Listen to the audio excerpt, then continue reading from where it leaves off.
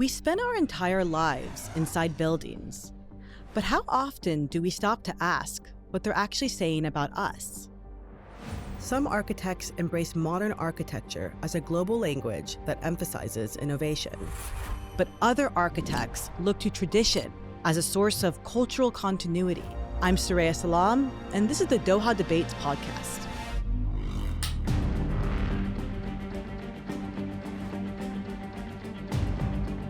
The modernist project is an ideological project. These architects arrived with corporate agenda. Not every intervention which was done under the name of modernism was successful. I don't think anybody would claim that. That is what has broken our economy. That is what has polluted and destroyed our environment. Architecture is always a pursuit of an ideal, of building a better world. Our debate today: what does the architecture around us say about who we are and who we want to become?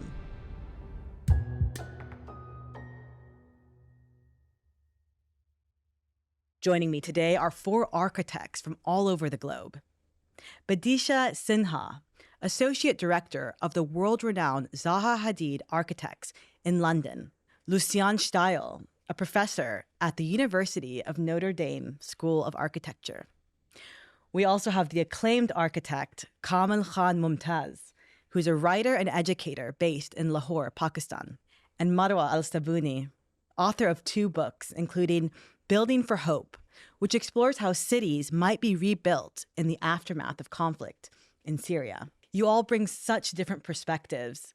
So just for those who are not in this world, if we talk about different schools of thought, say traditionalists versus modernists, what kind of architect are you not and why? Marwa? I can't define myself either a traditionalist or a modernist.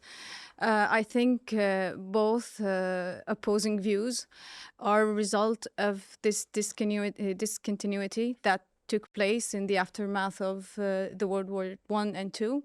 And it places us in a place of a dilemma, actually, asking the question, in which style should we be building? Lucien? What are you not? I'm not a modernist. I'm not a traditionalist, but I am a traditional architect who is pretty open to the modern world, because I think that modernism is not modern. The modernism is in some way caricature of modernity, because modernity means just being in the world and acknowledging the fact that we are here now. And tradition doesn't mean that you have to necessarily replicate what has been done in the past, but that you kind of just take the best and the things which work really well, which were useful to make good places. Kamil, what are you not and why? Well, very clearly, I'm not a modern architect. I'm actually trained as a modern architect, but there's very conscious rejection and turning away from modernism. Maybe a better description of what we do is traditional. I am a traditionalist, and for me, these two represent two diametrically opposed worldviews. Bidisha? Well, I definitely don't think I'm from any of the isms which are talked about. I would say I define myself as someone who's contemporary. And I have a very strong respect for heritage. I think we can learn. Contextual is important, but I would not say I'm a traditionalist for sure. I like the idea that every new problem that comes to us, even if it has existed before, we have the freedom to see whether there's a new way in which it can be resolved. Architecture, from the time that we've started shaping space, has been there to resolve issues for people. Now, fundamentally, what we call modern architecture today is what was seen as something which came into being post the war, 19th century, industrialization, and there was this complete shift towards finding new ways to do things, and also a conscious break from the past, because there was this idea of nation building globally for various reasons. But I don't think there's a fundamental difference in modern architecture and traditional architecture, other than the fact that it is very stylistically different. But we are both trying to solve problems, first and foremost. May I jump in here? I guess modernism is now charged with many faults, of creating more problems than actually solving problems for people. And the modern project was actually a marketing project. It was introduced in order to revolt over the old system of class, abolish the class system that used to overrule in Europe and led to the Great Wars. And the product of this revolution was architecture, basically, was to reshape our cities, to reshape our villages as well, and to reshape our societies into fragmented societies. I would totally, completely disagree, because if you think back in time, when we start saying words like traditional or vernacular, a lot of us come from very feudal societies. There was a lot of discrimination, there was a lot of hierarchy, and a lot of hierarchy is expressed through the built environment. So you had the idea that you had a tenement versus a palace, but it is not that. It is a product of modernism. Modernism, as we know it, yes, I agree, was defined at a point, like we said, where we were revolting from things which had gone wrong, so obviously globally. But if we dig back, I don't think the problem is coming from modernism, but fundamentally our social structures were always hierarchical. And architecture has played a role in establishing that kind of differentiation. I have two problems with this logic, because the word "we" is one thing. I mean, when you say "we," it means the global world, right? And I think we have problems are different between the different regions of the world. So the feudalism, for example, is a Western problem versus the Muslim world, where feudalism didn't actually exist in the sense of hierarchy and social hierarchy and ownership, because the definition of property is quite different in Islamic law. So that in one sense, modernism was a solution for the problems of the West, but it was imposed on the Muslim world, creating a series of problems, not only in the Muslim world, in my view, but also globally. I'm not really familiar that much with the Islamic city, but the Islamic city also had like power structures, and the power structures is always expressed, and that can be religious powers or civic powers. And I'm not saying that, and often the expression of civic authorities or religious authority is not something which is necessarily harmful, but something I really want to say also, like the feudal society, the cities, the traditional European city was also a reaction to the feudal system, because it allows, the cities became places of freedom. So the people, when they went from a feudal, people were even fleeing from feudal oppression. In the city, they had freedom, and the cities were bastions of freedom. But overall, you always, I think, had this kind of coexistence of a structural, kind of power structure, and a kind of popular, vernacular kind of system, which were kind of in some way negotiating their place in the city. And that's, I think, also why traditional cities are really still good places to be, and they have accommodated over time various societies. But something I find is, for me, what really I find is one major issue with tradition and modernism is the fact that tradition is still relying on craftsmanship, on the hands, on the human kind of intelligence, whereas modernism is kind of has gone a far way into empowering digital and artificial intelligence, where at some point we architects can produce buildings and environments which we cannot imagine humanly. And that creates an incredible problem to me. Kamil? Can I attempt or dare to suggest a larger framework for looking at these things? So let me try. First of all, modernism and tradition are terms which represent two worldviews. And we take for granted that what are the criteria and norms for us now in the 21st century are unquestionably universal, eternal values. They're not.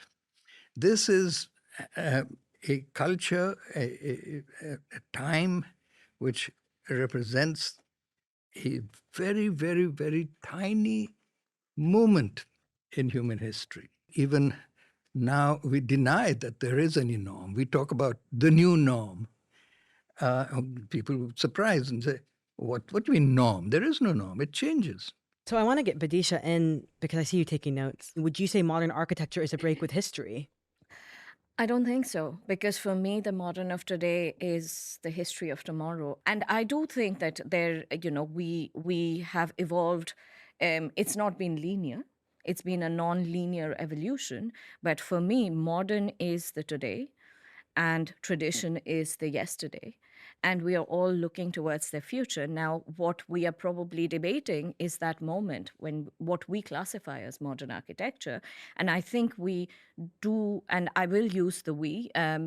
Yes, I practice in the Western Hemisphere, but my ethnicity and background gives me some exposure to the global South of what has happened. But I think we use broad brush to generalize too much. Not every intervention which was done under the name of modernism was successful. I don't think anybody would claim that. But it's okay to have made mistakes and to learn and to move on. Yeah, I'd like to understand, what purpose do you all think architecture should serve? Well, first of all, architecture is, everyone knows, the art of building. So that's actually two things. One is a material, physical, technological enterprise, and the other is art. So there is the functional, material shaping of the environment, essentially to meet our requirements, our needs for shelter and comfort and environment protection. That's the technical, material aspect of it. But there is an art aspect. What is art? Then the question is, what is art at all? It is about communication, and communication in particular of what is real. So architecture has a functional, material, technological aspect which changes, and it gives rise to different worldviews as well. But there is the narrative, there is a dominant narrative. There is no one manifestation of art, but we can agree on what is a universal purpose, a function, a definition of art. So being contemporary is like you eloquently described, that you are serving the time and the place and the people of now versus tomorrow or yesterday. But the modernist project is an ideological project. So we have to understand that it's not about being contemporary. It's about ideology that was focused on selling a project systematically. It was introduced systematically through architects, and our cities were reshaped in order to create a sense of control as well. So the old cities, for example, the old cities of Damascus or Homs or Aleppo were completely reshaped by those French architects who decided that the urban fabric should be thinned out, that the monuments should be located, that the mosques should be cleared out around them. What I have problem with is the utilitarian conception that arrived with this, with this shift in the mindset of societies, that you are here just to consume and replace. And this is reflected in your buildings as well. So you have no attachments whatsoever to this product because it doesn't belong to you anymore. And it has no active relation, or connection with you as a place. And this is the concept that now, modern architecture has been announced dead in 1998, so by the Athens Charter. So modern architecture had died, unfortunately, to some. But I mean, the continuation of the modernist project is that you have to have to bring to the market something else to sell with other labels, other tags like sustainability now, with green buildings and LEEDs and all of those labels in order to continue to sell the product of modernism. I'm going to let you respond, but really quickly, because I know you're chomping at the bit. She's saying that it's a modernist project, that it's ideological.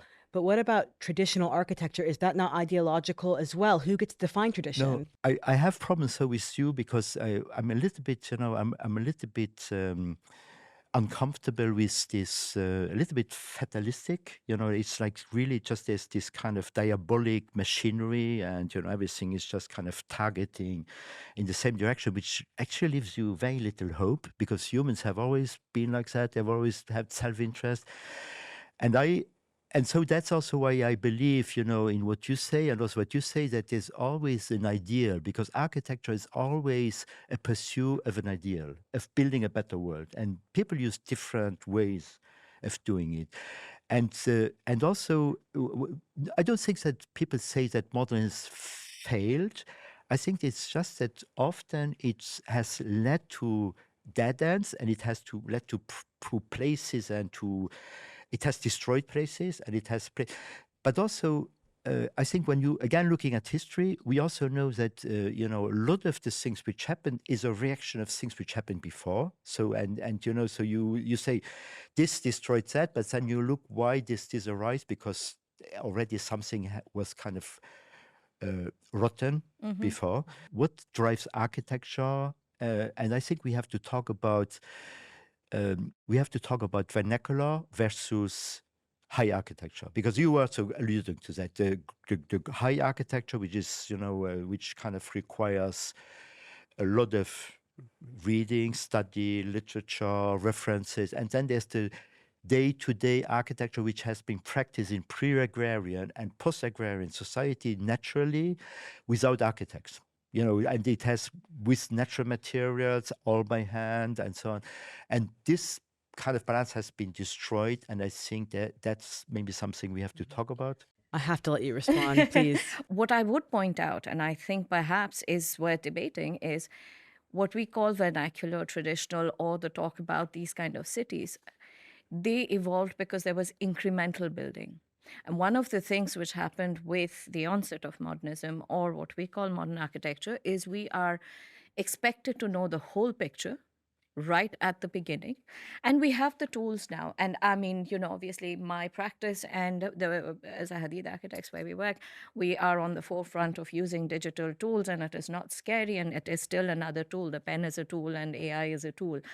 But what I think, listening to all of this, perhaps we are missing is the fact that on day one now, if I were to put in a planning application for a building, I am expected to know absolutely how it is going to age, what it's going to look like 50 years from now.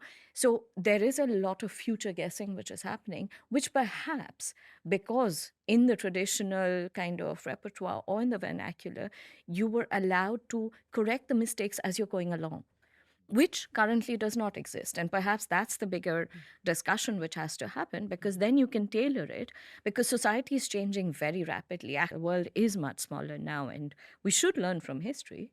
But I don't think we necessarily have a doomsday situation. Yes, there's a big commodification, commercialization, but the onset of how it all started, I don't think it was an evil agenda. But it is historically documented. I mean, Sure. it's something that But it's not we are looking at in retrospect. We're not, guessing around this thing. We know the names of the architects. We know the names of the companies. We know the dates of that. We know the agendas of that. It's all documented. But it was a utopian agenda of trying to fix the. I mean, well, that's a point of view. No, because you can look at the immediate effect of that. first and foremost. I mean, the control, the hegemony, the fragmentation, and then you can move few decades ahead, as you see now, the alienation and the segregation and this epidemic of loneliness that the modern architecture has created. It's How? Tell me how. Because you have now cities that only have a price tag for it. Wherever you walk, you have a price tag for it, and you have these neighborhoods where they are built based on class or background, or also economic background, and they are pushed away from sight. And you have those historic, so-called historic centers in the European city, for example. They become like a touristic attraction and for international office buildings and so on. But they do not bring societies in. They do not. They are. First, they are not accessible, but also not approachable. And this is a problem that even traditional architecture is dealing with today, because it kind of presenting itself as a prestige, as something that is also catered for the taste of the travelers and the tourists coming to those cities. And one thing we have to understand now, that the architects play a major role here by becoming this middleman between the power, between the political power and the economic power. And it's all about the architect now. And we have star architects for the first time, I guess, in history. You have these egocentric buildings where they are sold with the trademark of this star architect, and they take over the place and the space as if they are some kind of spaceship landed on the places. I want to know, why can't modern architecture be unifying? You're talking about you go anywhere in the world and you can have some kind of uniformity in what to expect in a building. So on the flip side, can it be unifying in a globalized world? All of this discussion, a very important question you've been asking, and we haven't really responded to that. What is the narrative in modern architecture? Modernism is a word which has two kinds of meanings. One is a purely temporal sense of modern being of this present moment as opposed to the past and the future. Contemporary. But there is a moment where this term, modernism, takes on a different meaning. It represents a particular worldview. And that worldview I'm hearing reflected right here around the table, which is coming from the modernist narrative. Architecture has always been about building a better world. Since when was that the narrative? This is part of the modernist project. It's a secular worldview, by the way. The modern worldview is a secular worldview. It's about globalization and individualism and Yes. and so-called democracy, but it's idea, just, it's a selling point. The idea of today is better than yesterday. We're going to build a better world. Only there are certain uncomfortable things we must. What do we mean by better world? You use that term. Oh, yes, a better word. Yeah.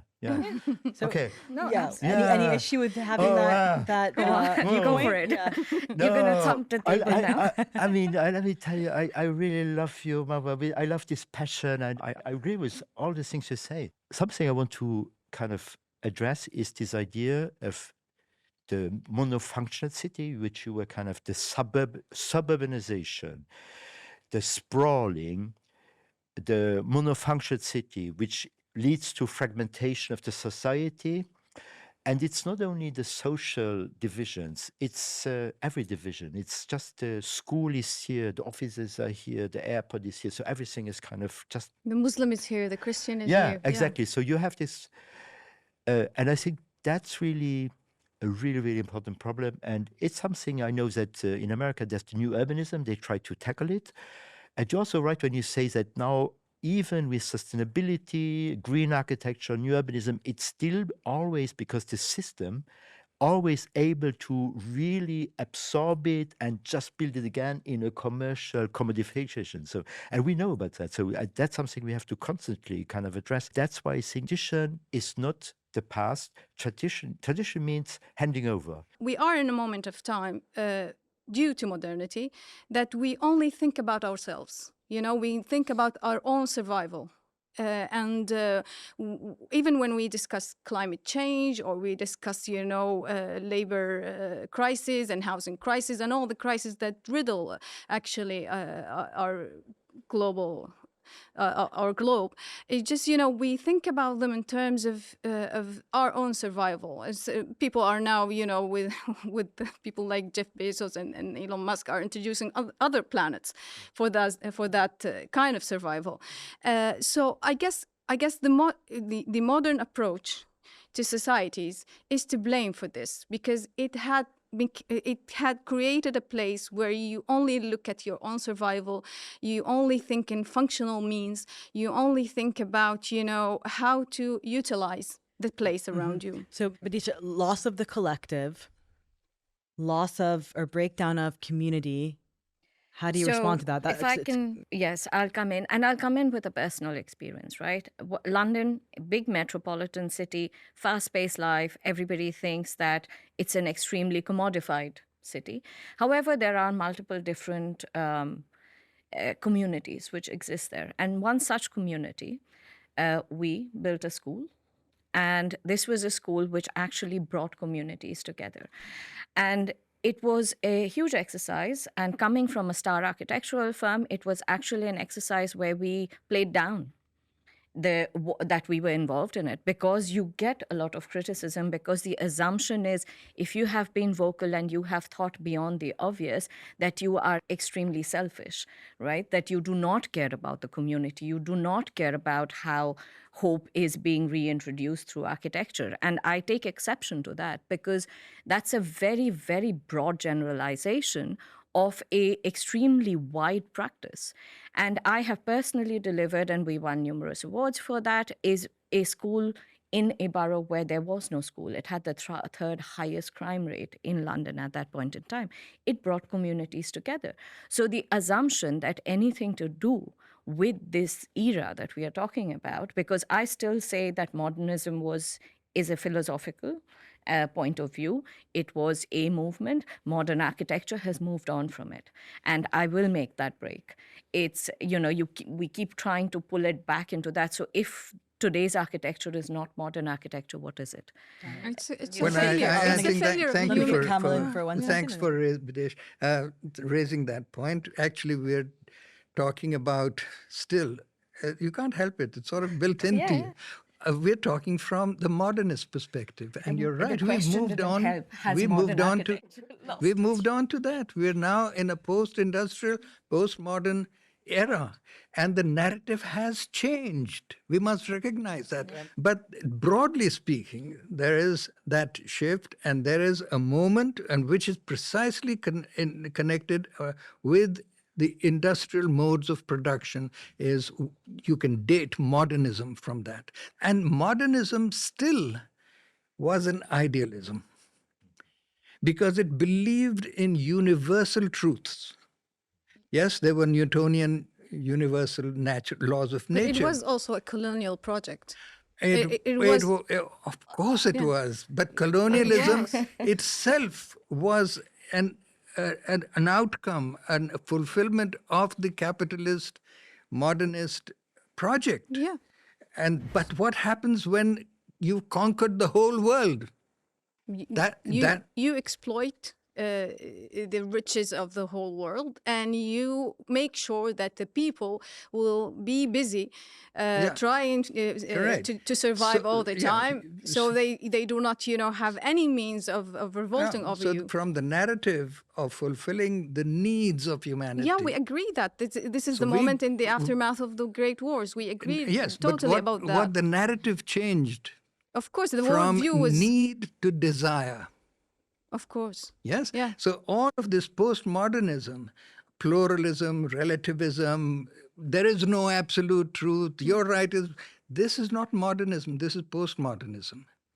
And yes, it's a different construct. Marwa, in a place like Gaza or Syria, devastated by war, in a place like Gaza, a lot of the population is disabled, how do you begin to approach reconstruction of these places? Of course, assuming that Gaza will be free, inshallah, that there is no colonization or Zionist approach to it, or Trump dream to remorph it as a Riviera, it will be built through the freedom that the people have. You have, for example, in Gaza, although it's a colonized stripe of land, you have the beaches belonging to their people. You have the spaces inhabited by the people, despite all the difficulties and the challenges which someone like me wouldn't dare to describe as an outlooker. I mean, the example of the project that proposed by Trump is very glaring. I mean, you have this developer and slash president who looks at space as attractive land. So they abolish any sense that people have any attachment to this place, any history, memory, imagination, and most importantly, any relationships among each other. And all of that will be abolished, and will be conceptual to the mind of the developer, or even sometimes to modernists. Whereas the people, where you can build a place of meaning, that you will have this room of freedom to respond. Architecture is about, like Dr. Kamil was talking about art. What is art? Art is this room of freedom to express yourself, to respond to the universe, to respond to something that is beyond yourself. So can I I just quickly jump into yes, one? and then we'll go I to mean, Lucien. just to get the scenario right, it is again a very idealistic scenario where you just leave it to the choice of people to come and create something organically. Well, But I'm not saying that. I have to comment afterwards, but I'm not saying that you have to be anti-architect. I am not saying that you need a space that you leave like gaps in the system for people to fill. no, it's not anti-architecture. I mean, you still use architects for that. What I'm saying is, in terms of the fluidity of how this is happening, is what I'm hearing. I mean, maybe I've misunderstood it. I'm talking about the role of art. It's a reconciliation between power and spirituality. It's a worldview where you are allowed to think about things that are beyond yourself, beyond your immediate needs. But shelter is a very immediate need, and I think that's what we were discussing. But previously. shelter is different from home. I'd love to hear how you define art as well. Yeah. But Lucien, please. Yeah. I think, really, Marwa, I love everything you say, and I really like your passion, but I don't see really like the kind of mission statement for. Imagine you have like The tools, you mean? Yeah, no, just the how would I say, the typologies, the morphologies, the meta, the stuff, the building types. It's not giving really kind of a vision. I think what we have to come up with, and that's why I think we have to come up with a plan where we know what happens from the beginning to the end. And it has to relate to an existing culture, not to like spiritual and stuff. It has to relate to a material, organic, historical culture. What do you mean by plan? Like an urban plan? Yeah, I think we need a master plan. We need like. But that's a modernist. But that's a modernist mindset but how are you as going well. to build? How are you going to build without? The comprehensive, the comprehensive. Who's going to build it? How are people understanding what to do? There's no guidance. If you don't have a plan is not modernist. Plan have always been done. You have always had. I have trouble with the word comprehensive, not the plan. The plan is perfect, but I mean the word is comprehensive. I didn't say comprehensive. You said. No. No. I said that you have to have a plan in terms of, if I've understood you correctly, which lays out the various phases, so that, but as we were saying, with the ability to modify and adjust as it happens. That's what master plans have. They lay out the vision, they lay out the structure, and then over time anyway, because over time, let's say 50 years, and then things change and there are kind of adjustments. But urban building reconstructions, they mostly follow a very, very simple, you need a framework, you need an armature, you need typologies, you refer them back to the culture. But can I just say just one last thing, because yeah, I'm please. stopping there because I don't want to offend you. But there's also a fascination. There's a fascination with this idea of creating places, creating memorable places which really strike you. Objects more than places, right? No, it's No. also places. I mean, No, places are places. They're also places. And placemaking can be, yes, you can have a traditional point of view, you can have a vernacular expression, or you can have a contemporary expression.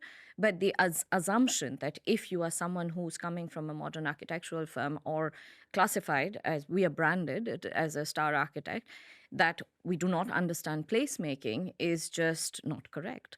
And you can see that in a lot of public sector. And the thing is, a lot of star architects actually did come into play because there was a need as part of the nation building projects, as we'll call city regeneration. There was a huge focus on public buildings because we were living in a time where you're not making palaces to make a statement or large government buildings. You start, our ZHA's entire portfolio initially is made of museums, where you come in and you're creating a regeneration for an entire city. I mean, we didn't do Bilbao, but the Bilbao effect is quite well known. So there is that one aspect. I am not saying that is all of architecture. And I very much think that there is, if you can talk about that, then you can bring that same design expertise into something which is a public sector project, housing, schools. And I've done that. So I can say for sure, I know what I'm doing when I can talk about high architecture, but equally that same sensibility can be brought in to something which is meant for the people. I mean, the best projects for an architect is the ones where the maximum people can access and experience it. Kamil, do you agree with anything she said? Well, I'm genuinely curious. I really admire all of your aspirations and hope and your belief that we can change the world, we can build a future world, or we can just remove the faults and so on. What I'm doing, I have no other choice to do. What do I mean? Look, Pakistan is broke. It has no money. It is indebted more than generations will not be able to repay. Financially, we're kaput. Ecologically, my city has the worst air quality in the world. We compete with Delhi, sometimes Mexico, but we're right up there amongst the top 3 or 4 worst air qualities in the world. My river, River Ravi, is the most polluted with industrial pollution river in the world. whose fault is this? Now, shall I try and find whose fault it is? Not mine. I'm trying to do, how do I build in this reality? So there is no choice. I cannot use industrial materials. That is what has broken our economy. That is what has polluted and destroyed our environment. It's not a choice. I have to stop using industrial materials. So then where do I learn how to use pre-industrial materials? I look to the masters. We are being forced back to normality. We have strayed so far away. Frankly, I don't see any coming back. I mean, the materials. I mean, I think that's it's a matter of survival for Kamil. How would your it's a matter of firm survival for respond? every country, the world. We have taken so much out of it, and it is not just the last 100 years which has done that. So it is an extremely relevant, because we are having these same conversations. When we start getting projects coming in, we have to tell the client, well, we take this really seriously and we cannot undo everything, but we're going to try to at least make a difference. Can we help and build with local materials? What we are finding as a challenge, and now we're talking very practical, is the scalability of traditional skill sets. Because what happens very frequently, and just due to the kind of projects we're involved with, when you're doing very large scale projects and you bring in stone, mud, skills, it's going to take time, and we're going to get there. And I think this is the right thing to do, is start looking at what was traditional wisdom and how you could use materials which were able to regenerate themselves. I think that is the right thing to do. Now, however, there is, we are used to a certain, if I use concrete, I can use large scale steel, I get columnless spaces. You're not going to have that. So we again have to rethink the typology of what a structural grid is going to look like. And that's okay. We've been reinventing ourselves over history anyway. So would AI help with that? I mean, what do you think about AI? It would help the destruction. I will disagree with that, but let Kamil What finish does on it. AI allow us to do is super efficiency, super information processing. So what's the use of that? Oh, we can improve production. Right? Scalability, perhaps? Oh, we'll do it much faster. So already we are being destroyed by overproduction. And AI will help us to destroy ourselves much faster. No, this is, again, artificial intelligence is exactly that. It's artificial. It is a system. And it's not intelligence. It's just, yes, but let's not take it literally. It's a tool that we do have. And I agree with the fact that it's seen, and, unfortunately, I think this post-pandemic where everybody thinks AI is the silly images that they're creating on their phone. Yeah, how are we defining AI? I think that would be helpful. Building informational modeling has been there for since 200 years almost. We can monitor comfort, we can give feedback, you can make design better. This intelligence, where you gather data, you understand what the implications were, and you can therefore come up with solutions which it's not a linear graph. When we talk about computational design, the ability to take a lot of variables which can be adapted to each other, exactly this, what we are talking about, rethinking how I would use timber. But that's also, that's the result of utilitarian thinking. Just, there is no art in this reliability. Why is there no art in it? Because it's reliable on just answering simple questions. There are no big questions. There is no invitation to the imagination. There is no thinking about what kind of feeling this will become from this. There is no corresponding moral idea behind it. It just, answering very simple questions like a builder. It's not an art. Even a builder would have more, sense with the material, with, there is, if you talk to any craftsman or a buildman who would have this relationship with the material, will have something of a discussion or a dialogue with its material, whereas it's just so reliable. Sorry, I'm going to stop you. I didn't stop you. Artificial intelligence, the way we are describing it currently, it is not something which has gone away and is doing my job. It is still a tool in my hands. I know. Where I'm trying to understand, when you have whether traditionally in construction, in design, in having a higher thought on an architectural project, there are variables, there are Do you constants. believe that it can answer the ontological questions of art? But first, as an architect, my larger vision is amazing, but I need to address...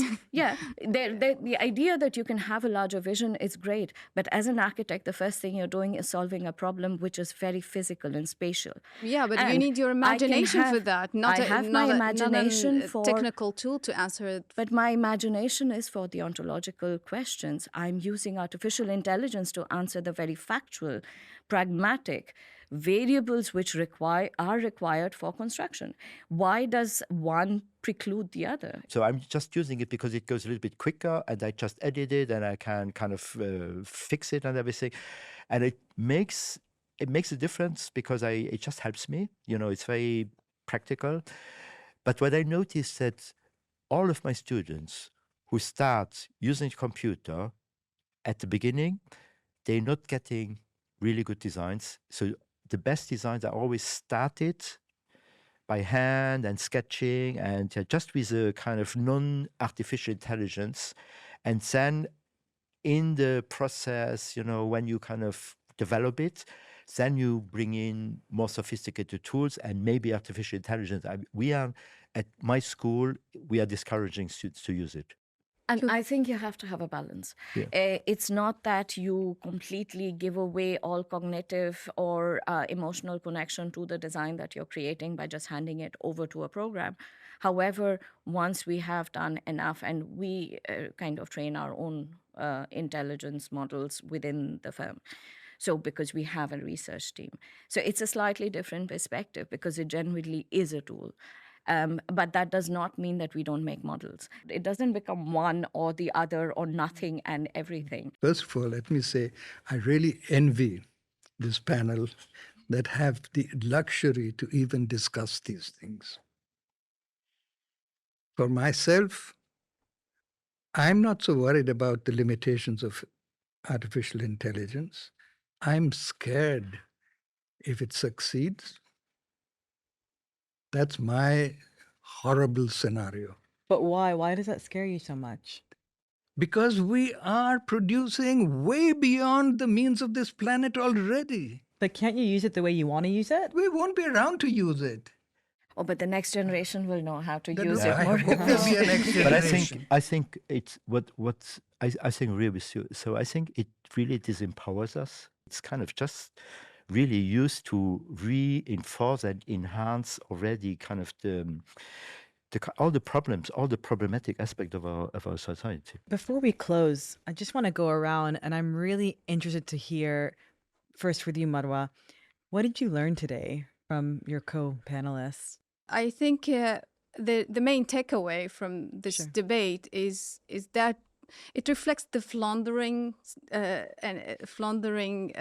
status of our times, where so many ideas are conflating with each other, and it also reflects the urgent need to pin down some of the subjects that had been fundamental to people for a long time, and now they seem to be, it moved from being obvious to being very conflicting and controversial. Lucien? Yeah, first I have to say again, I really love passion and Marwa, she makes me think about Jean Giono. He says, the most important thing is to remain a cheerful pessimist. And I really, like you, I learned a lot. I learned a lot, and, there's various perspectives. I really, really appreciate your wisdom and also the kind of moderation, just finding the middle way, the balance. And I like you so much. I would like to know more about Zaha Hadid, But I really appreciate you kind of openness, and also I think we found a lot of common ground. Kamil? Well, I think this for me has been a very enlightening discussion. It has made me more acutely aware of the strength of the prevailing paradigms that are so tightly caught our minds and hearts and so on. So I'm strengthened and heartened and hopeful and glad to have had this conversation, and find there is so much grounds for us to interact and find the best way forward. Yeah. Final word, Bidisha. I really appreciate the fact that we can still have such robust conversations.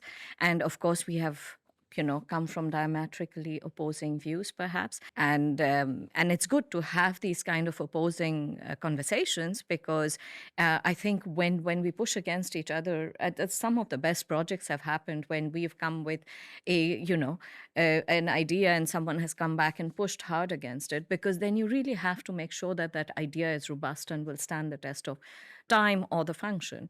And this kind of a conversation or this kind of a platform, I think that's the most encouraging part, is we can continue to have a conversation.